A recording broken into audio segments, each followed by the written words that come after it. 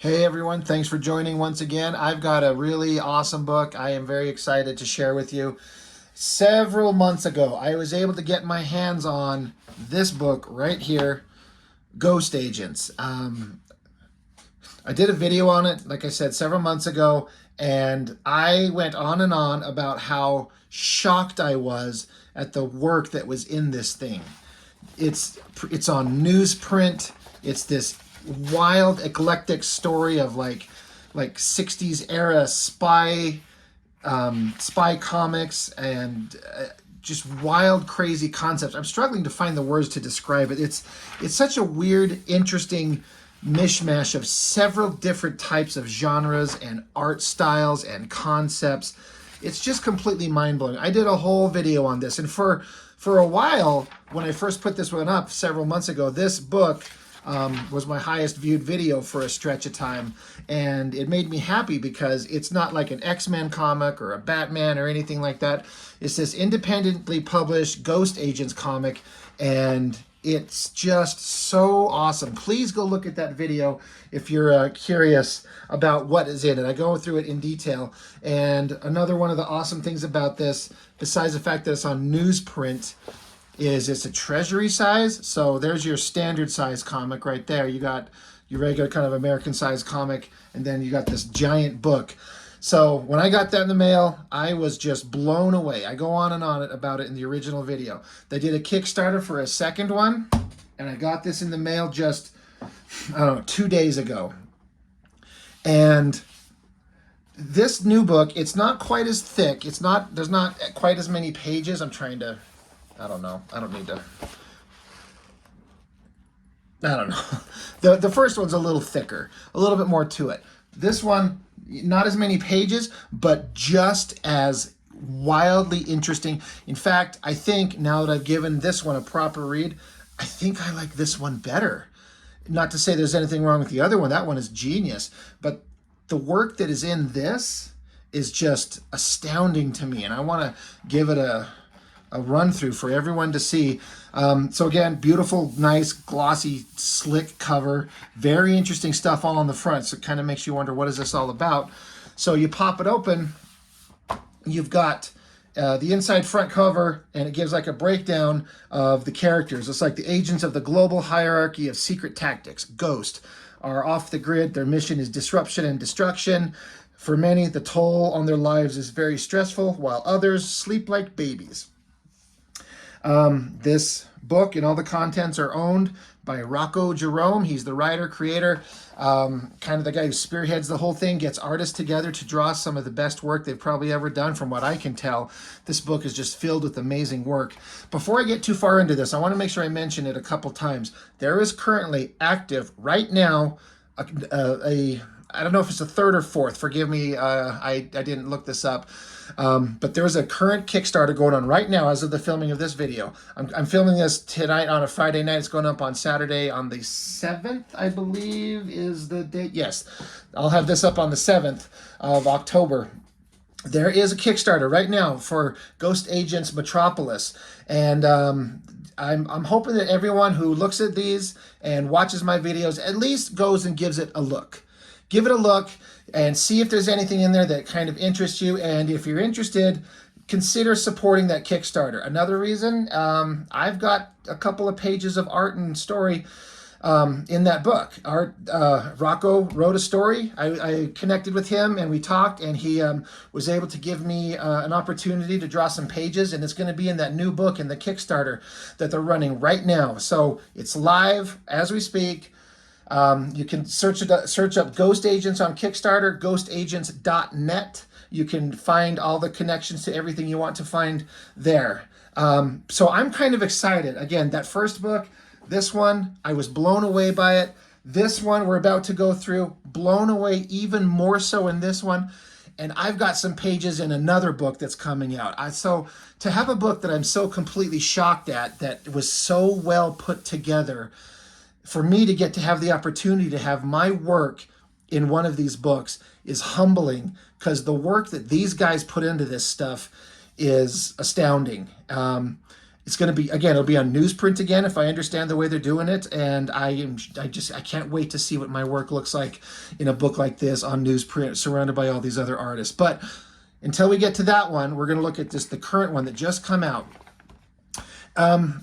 So I've read it over, and I kind of got myself familiar with the story. The basic concept in the other book, the first one, it was kind of some loosely connected stories of these ghost agents characters, but this is like a very wild and interesting, like, through line narrative. All the little short stories in this are all connected into one basic story. We start out with the planet getting smacked by a giant radioactive meteor. I like the little radiation sign kind of faded here, and this kind of like cartoony way of showing the planet and an asteroid hitting it. Earthquakes are triggered. Great city is swallowed by the ocean. The trauma to their natural order forces a rift between Earth and the netherworld. A beast emerges. And then, so you got this monster creature. And so this monster creature comes out, starts laying waste to everyone, and the call is sent out for a warrior to show up. Grom hears this giant creature that he's going to fight. After hunting the creature, Grom attacks. Wild, interesting colors. And some battle scenes of them going at it. Laser shots, deflecting, stabbing in the eyes. And their battle goes on, and this character has this axe, this warrior, this Conan type warrior right here. He's got an axe. He chucks it into the monster's eye. I'm just trying to go back to just check one thing. Anyway, so the monster dies, and it says, although his name would be forgotten, Grom was victorious. And so here's that axe with this like skull carved into it. And then cut to hundreds of centuries later. You've been carrying that thing around since you found it when we were in West Germany. He's like, yep, I love this damn thing. I want it for the new logo. Cut to a new story. Loose Ends by Rocco Jerome, Todd Fox. So it's like you got the guys who run the agency talking about their symbol, their logo, and what they want to do. They got some agents on a job is the basic concept. And this artwork, like in this story, there's several different, I like different elements of this book in different ways. There's some art I like better than others. It's all good. And there is some stuff in this chapter that just blew me away. When I kind of first got it and I flipped it open, I kind of flipped it. Oh, that's cool. Oh, that's cool. Oh, that's cool. But when I sat down and gave it a good read and just to see what I was seeing, I was blown away. I love all this kind of drawing in the grayscale. Like, it's not just like hard black lines. And then you got other scenes where like these shapes are just solid black shapes. It's very stark. I don't have the dialogue or the language to explain this awesome, crazy art style that's going on here by this Todd Fox. This gentleman knows what he's doing. Good Lord. So you got Tybalt Cross, Donna Prentice, and Oleg Ivanov, agents of Ghost. They're onto a beach, just like a 60s James Bond spy kind of movie, right? They show up, they run into, I guess, another one of their agents. They're like, is any of that blood yours? She says, not a single drop. The way to the house is clear. This is Consuela Chavez. I love this. Like, it's like she's in disguise, like dressed as a maid, but she's been chopping people up. So you got agents on the job to stop some villains. And there's something like this grayscale. Sorry, I'm going to see if I can't reposition my camera here. I'm trying to get everything in camera here. And I'm a poor YouTube host. I don't set these up right to start. Like, I love the way this looks. It feels very much like a dark night scene with like moonlight casting. Here's this awesome building. And then these little tiny specks are the figures. But then he's got the shadows being cast across the ground from the moon. That is so damn interesting. There's three of them. Two of them are here, guy and a girl, and then there's another one went off this direction. You'll notice in this, there's this house and there's this tower. And then over here, you got the one guy who went off this direction. He's like flipping over, throwing a bomb up on top of the house, and looks like he's coming up here, another bomb in hand. So he's setting some stuff up. And then this scene right here, a single shot kind of divided into panels with like these white borders separating the panels, but it's still one picture. And this shot of the girl as she like does this awesome badass silent ninja move, like step, jump, land, jump up onto the balcony, while this guy, you know, got his gun sights on, peeking into the doors, doing secret cool spy stuff. It's just the flow of the movement. It feels incredibly cinematic. And I've talked about this in many videos, how there's not dialogue boxes everywhere explaining so much nonsense. It just is silent and clear and exciting. As I read this in detail, I'm like, good Lord, this is interesting. I'm having so much fun. So set up some bombs here, giant explosion, boom. The spies go into the house and a bunch of villains come out. You got the guy here, the girl here. And I love, again, we're looking at this action where the guy down here, just this little white speck of the muzzle flash, taking out some people there. And then this shot right here of her, just like pow, pow, pow, pow, pow, pow, just the sweep of her arm, taking out multiple people until somebody grabs her hand here. Over to the next page, we see the aftermath. We got the explosion that happened here, but then things are on fire at this tower. It's maybe weakening. And then another great, awesome action scene where they're fighting, blocking each other's, sword thrust, stabbing him in the foot, kicking him up on the head. And then just another like scene of them, swinging swords as she ducks out of the way. Just the action and movement and flow is shockingly good. It's so interesting. And then this, I just love this full splash page. He's like machine gunning, and you see like in the mirror shattered reflections in the background of everyone getting shot. And another great shot of Donna, the girl, fighting that guy that she was on the previous page. And this whole like jumps up here. And I love these silhouette figures of her body. Jumps, flip, grabs him by the head and slams him down. The whole movement, it's like it's a splash page, a single image, but also a whole bunch of movement and motion. I love the grayscale with spot color.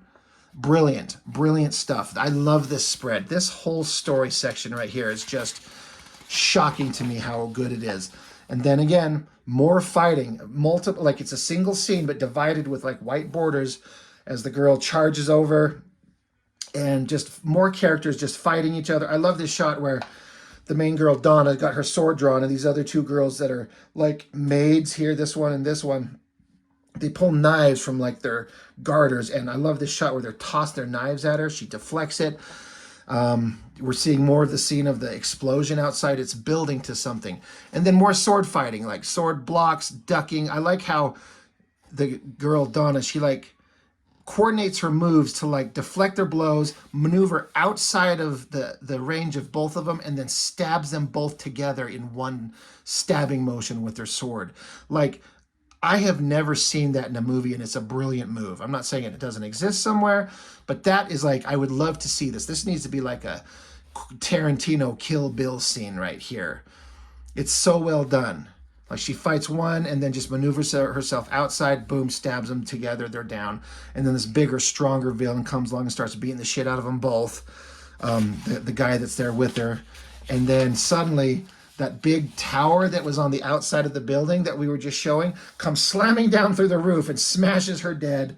And then here's the mangled wreckage of it. Again, I love this gray tone. The moon in the background is just a white spot against the gray. The other guy, Olav, was that right? Sorry, I don't have the names committed to memory. And now that I've tried to say it, Oleg Ivanov. He shows up there. I love these shots of their faces. There's so much like caricature and expression in that. They kick open a door. They find someone they were looking for, but he's hung. He killed himself. And I like how it's a white silhouette. I guess if I had to say the only kind of negative, I don't know if it shows up very much on camera, but I could see it with my eyes. Being that it's newsprint and it's white, the black ink on the back side you can kind of see through it. And so it kind of ruins the possibility of that pure white. I mean, on the camera, it kind of looks, but you can kind of see it on there. It's a minor thing. It's not that big a deal, but I just think that looks so incredibly interesting. Also, I need to make sure I mention the years, the time frames. This is 1965. So we started out 9,600 BC is where it started out here, and then now we're in 1965. Next story, again, 1965 still. I love the the lettering here, Heist of the Apocalypse. It all looks so old school, classic comic book stuff. It looks like something pulled out of an old book that you'd find in your attic somewhere. Looks so great. So you got these characters. And now on these pages, again, love it. The old school colors. It feels like, I've talked about this just recently, and I'm trying to find an example nearby, because once again, if I was good at this, I would have this ready. I'm often looking through these classic X-Men books, and I can't help but notice how good these old stories on this newsprint with the yellowing paper and just this, it's aged. Something about this looks so good, and modern coloring would not make it. Like if you were to take and reprint this onto like glossy paper and keep the same colors, but it would be just these flat colors, it just doesn't look the same as it does on this newsprint. This old comic has its charm because of the cheap printing that it does and the old aged quality look to it. Ironically, like this stuff right here, it looks practically the same to my eye. It's on newsprint, it's those old flat colors, but they've somehow managed to capture that beautiful, classic, nostalgic, old comic thing. I don't know that any modern kid, if you were to hand this to them, if they would get it. You know, maybe it's just something like someone like me at my age, I see this and I'm just like, God, I love this because it's nostalgia for stuff I read as a kid. Either way, they captured something here that I have not seen anywhere else except in old comics. Anyway, it's getting into the story of the villain, Adelaide. And it talks about where she come from with her connection to Nazi history. She's a horrible, cackling evil villain. She sneaks her way into this bank and, you know, cons her way in here to get access to a bunch of money. She's super happy, so she activates this screeching device that like kills people in the bank, and then she burns a hole into the ground, and apparently she's got a army of like monkey robot creatures. It's not explained what they are, but it doesn't need it. You just see it and you just get it. So she starts this evil organization called Apocalyptico, and you can see it's kind of like a Nazi-esque kind of thing. Jets and missiles and soldiers and robot monkeys that are smoking. It's so great. It's so freaking awesome. I just love this so much. It's told in simple imagery. You get the idea. It completely works. Now we're jumping ahead to 1977. Very different art style. I think the execution of this idea is so incredibly interesting. You got this guy. I think this guy was in the previous book. This monster creature emerges from wherever it comes from. And he's like, oh, the netherworld sent you for me, huh? And so the creature's like sends these tentacles down to get him. And so he does this magical conjuring. It grabs him by the sides. And the way the visuals are showing you, it grabs him and crushes him. Blood explodes. But just at that moment, it's like his magical ghost, for whatever you want to call it, his spirit, his essence, his ghost, emerges from his body right as he gets crushed. I think that's awesome. And then here's a big spread of the monster and the ghost version of him, like ripping him apart in various pieces, a blast blowing a hole right through the center of him, having a little bit of magical moment right here. Maybe he's ascending to the next plane of existence, but then it snaps back to his human body on the ground saying, well, somebody else will have to deal with this shit now. And there's a severed body, blood. It's like he's dead. Just, what, 3 pages? 4 pages. So much story told in just a few images. I love how his body gets crushed, his ghost comes out, defeats the monster, but his body is dead. Brilliant. Absolutely brilliant. Speaking of brilliant, those pages back here in this grayscale, I'm talking about how many things were so brilliant with the action and the movement and the flow, the cinematic quality, the use of the gray tones. That, and then this, kind of go back and forth between for my most favorite pages in the book. This is only 3 pages, but the art, this lush inking, the angles that they choose, and then this coloring. It's like it's just shades of blue and yellow. And they're not hard, flat shades. It blends into them in places. The highlights on her body. I can't get over, like, for example, this background. It gives such a sense of depth and like moody, kind of mysterious background. You got black trees up front, and then, so you got the girl in the very far forefront. You got a foreground, middle ground, background. The girl up front, the stark black trees behind her, and then the forest in the distance after that. And the color, just this simple coloring is so perfect. And then look at this face, and again, the highlights of the yellows on the blues. It shocks me how good it is. I love this bottom scene where they're sitting around at a campfire. All this, I don't know how well it's going to show this like fine cross-hatching detailed work in this fire. And then look at these trees. The most perfectly drawn, realistic, believable silhouette shapes of trees. And then just those little white dots of the stars in the background. I would love to see what this, I mean, I want to see the original artwork. I want to see the black and white. And then I'm assuming they color this on a computer, I'm guessing. But then I'm curious as to what this looks like on a computer screen versus then how it looks on the printed page. I wonder what the artist, and I want to make sure I don't misspeak the name, Barry Tan. I wonder what he thinks of how this prints versus what it was created. I'm assuming, again, coloring on a computer. I hope he's just in love with the way this turned out, because I am. Another great shot with the yellow highlights. They're having a silent speaking conversation. No action, but character development. Look at this shot right here. I love that face. I just can't go on and on enough about it, but I will. But basically, it's the Adelaide, the villain, and the Dawn apprentice girl. They're having a little moment, but the bad guy could have killed the girl, but she chooses not to, and she lets her go to fight another day. I thought that was a really interesting, great bit of storytelling for 3 pages. It's so great. We're jumping ahead to 1980. Here's the villain, and it's, I guess, her daughter is what it is. This is the character Adelaide from the first couple of pages over there. And there's this really interesting thing. I had to do a little investigating before I understood what was going on. Because I was looking at it, I'm like, this page matches up with this page. I'm like, is this a mistake? But it's not. It's like a 4-page spread. These 2 pages, if you laid them out next to these 2 pages, form a big 4-page spread. So if you had 2 copies of the book, you could lay them lay the 2 copies side by side and get this big 4-page spread. I understand there's some Steranko influence, which I think it says here after Steranko. I am very much aware of Steranko, but I know embarrassingly little about the man's work in his life. I'm aware of his influence on everything, but I don't know enough about it to speak on it even a little bit.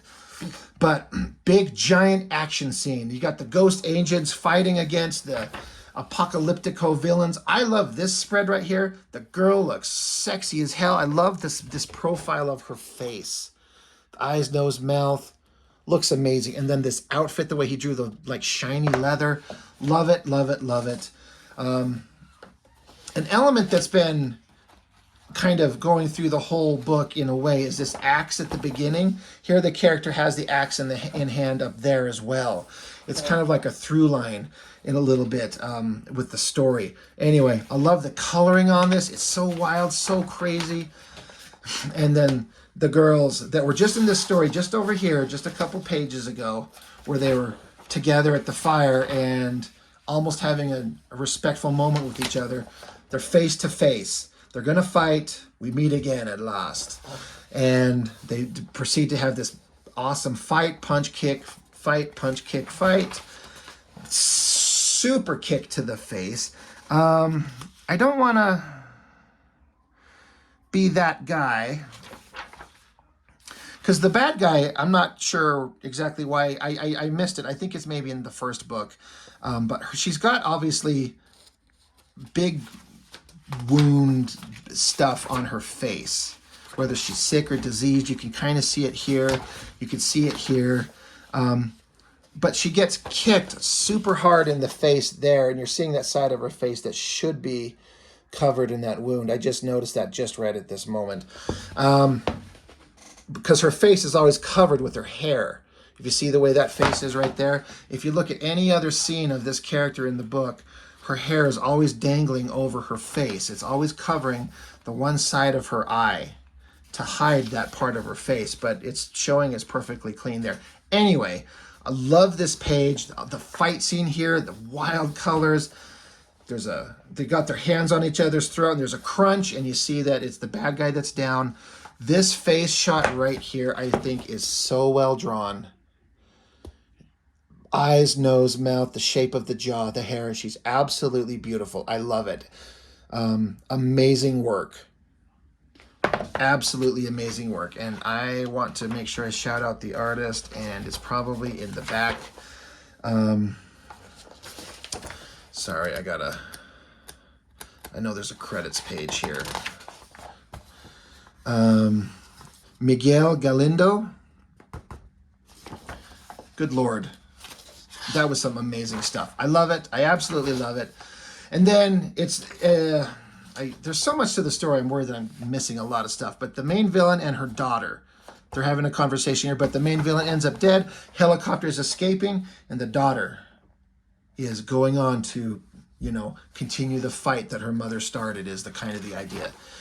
Now, I didn't know what all of this was. I had to kind of go look this up. I had to watch another video where Rocco was talking to another interviewer and explained what this was. But once he explained it, it makes perfect sense. These are like Adelaide, the villain from the book that we just saw. This is the one that we just saw. And then this is the second, third. So this will be the daughter on this page that we just saw previously.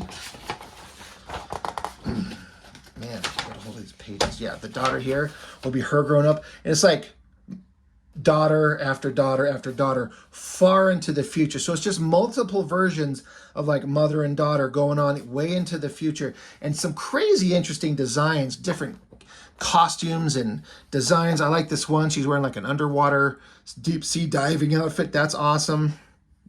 Kind of like a fat weird one here, kind of like a Russian, hiccup, like a Russian one there, all the way up until the end. I think it's 20, and there's this like bald, ponytailed eye patch, almost like a Rob Liefeld design, honestly, which is kind of cool.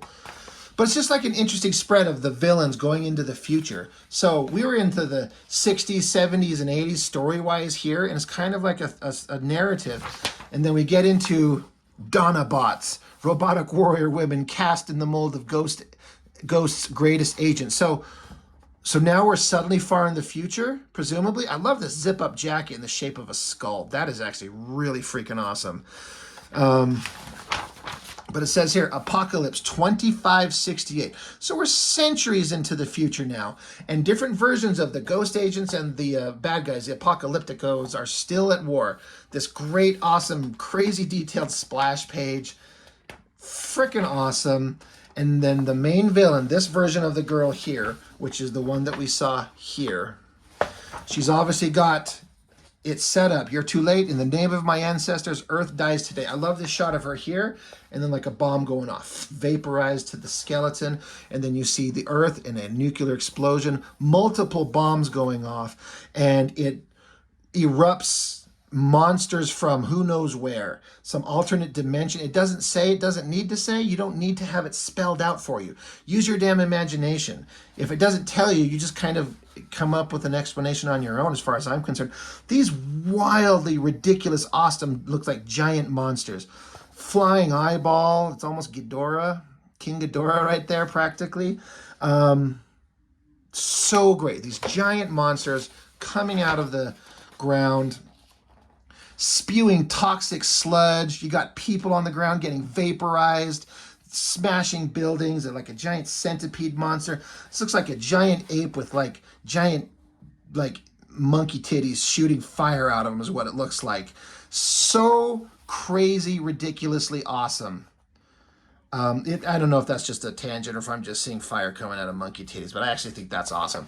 And then here's like a symbolic, like, here's the Earth and here's the nuclear explosion, which mimics the bad guy's logo. So that's really neat. And then, kind of another image of that irradiated nuclear waste Earth. The year is 2799, so farther into the future. But no one has counted for centuries. Battle time. Rocco Jerome and Sean Luke, some barbarian warrior, and looks like a bunch of people, machines, facing off for a battle. And again, I had to look into an interview to kind of make sure I understood what was going on here. And once I heard him explain it, I'm like, oh, it makes perfect sense. They're all kind of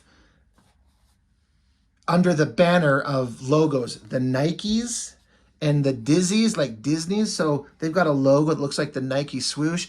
And then these guys are carrying flags that are like a distorted version of the Mickey Mouse ears. That is ridiculously awesome. I think that is so great. I think the best thing that's in this is these monstrous creatures, but this one with this like a giant eyeball for a head. Like, look at that thing. That is one of the most horrifically disgusting creatures I've ever seen, and I love every moment of it. But these two armies are facing off. Badass Girl is battle time. They're singing, their battle cry is just do it. I mean, like Nikes, that is hilariously creative. And then they have this giant monster that pulls his chest open and shoots this laser blast from like inside his body, straight from his heart, for all you know, vaporizing all these people. And there's like dry brush effect, all these little details of everyone getting vaporized and wiped out. Holy shit, is this spread awesome. Look at that monster just blasting there. The girl, the warrior from the previous page, she's surviving. She's got a weapon.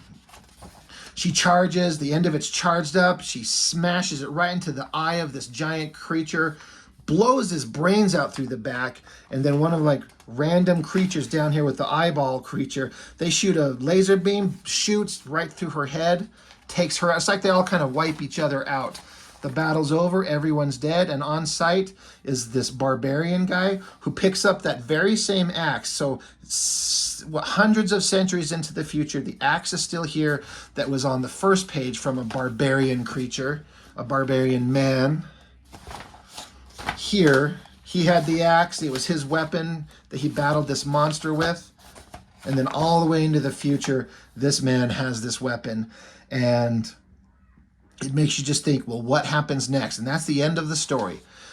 Man, what a wild ride to just take you through centuries of time and just crazy art, crazy well-told storytelling. And Rocco, I applaud you so much for having the ability to resist the need to cover the pages in text, as if to justify your existence as a writer. I've said this in many of my videos. You don't need to write a lot of words to be a writer. You're writing the story. You're like, battle, creatures, the concepts, they look like this, they need to do this. You're writing the story, but you don't need to have all these words covering it. This is perfect. Absolutely perfect right here. It works so well. I love it. This is a list of all the creative people. Look at this if you want to look any of them up. All of them are amazing artists. It's just absolutely fantastic. And then there's a couple like splash pages in the back of some awesome pop art, designy stuff. Looks like something out of, you know, old comics from the 60s. And then awesome back cover. So I don't mind telling you that I'm nervous as hell for the next book that comes out, the Kickstarter that they're doing, where I will have a 6-page story in there, just like I was telling you. Considering the work that these guys put into this, I feel absolutely humbled. You know, I mean, I like some of it better than others, but I think they're just so amazing, and the work that they're doing honestly deserves a wider bit of attention than it gets. I mean, I don't think there's anybody that would ever look at these and not think that they're not just absolutely great works of art by a bunch of people who absolutely love what they're doing. But I just want this to have a wider audience. And so I've got a YouTube channel. I've got a little bit of an audience, and I figured, why not? Let me, what can I do? How can I help? How can I put this out there? So give these books a look over. Look it up. Again, there's a Kickstarter running right now. It is live as we speak for the month of October for the next Ghost Agents Metropolis. Pick it up. You know, support it if you look at it and think it's interesting to you. You won't be disappointed. It's super awesome. Ghostagents.net is a website you can look up to find everything that they have. It's so freaking awesome. I'm so glad to have the opportunity to find unique things like this that I would never have seen otherwise. I don't find anything interesting at a comic shop, and they don't get the opportunity to put these in a comic shop.